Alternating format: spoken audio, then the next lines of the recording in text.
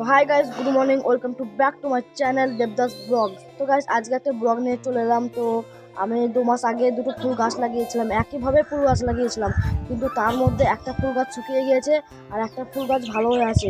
তো একটা ফুল গাছ যেটা শুকিয়ে গেছে ওটা কিসের জন্য শুকিয়েছে, তো এই দেখো সবার আগে ফুল গাছগুলো দেখে নাও।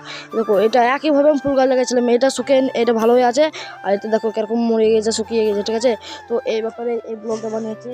তো চলো জানা যায় এটা কিসের জন্য শুকিয়েছে। তো সবার প্রথমে দেখো এই গাছটা দেখো আর এই গাছটা দেখো, ঠিক আছে। আর এই গাছটার মাটি দেখো কত শক্ত হয়ে গেছে, হ্যাঁ। আর এই গাছটা ভিজে হয়ে আছে, মানে জল আছে, একটু জল আছে।